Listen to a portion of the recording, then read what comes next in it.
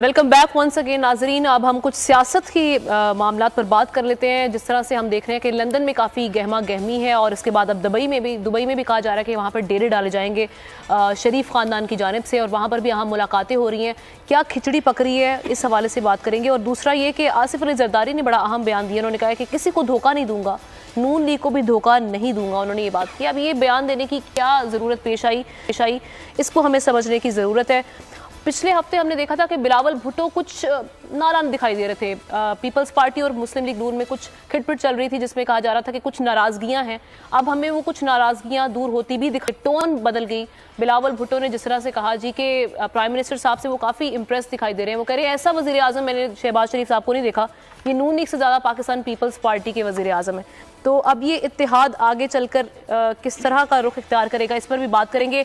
और एक और बात, फाइनली मार्केट में डेट आ गई है मियां नवाज शरीफ साहब वतन वापस आने की। और कहा यह जा रहा है कि अगले महीने यानी जुलाई में कभी इम्कान है कि मियां नवाज शरीफ साहब मुल्क में वापस आ जाएं।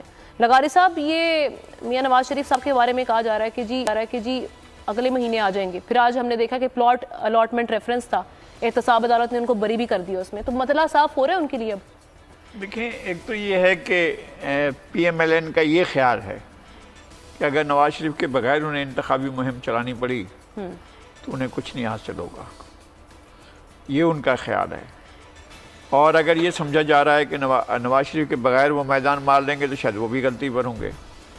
अब उन्हें किसी न किसी तरीके से पंजाब में नवाज शरीफ की ज़रूरत पड़ेगी।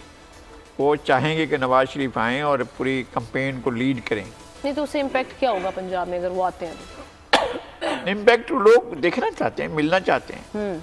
एक तो बाज़ लोग ऐसे हैं कि जो नहीं चाहते हैं कि ना आए, ऐसे भी लोग हैं। ऐसा नहीं है कि सारे लोग ये चाह रहे हैं, लेकिन ऐसी भी एक बड़ी तादाद है जो नवाज शरीफ से मिलना चाहती है, नवाज शरीफ को देखना चाहती है। और सेंट्रल पंजाब में उनका एक बहुत बड़ा हमेशा एक बड़ी उनको रिस्पांस मिलता रहा है। और अब भी ऐसा नहीं है कि बिल्कुल खाली हो गया हो, और एक बड़ा वोट बैंक उनके साथ अब भी मौजूद है।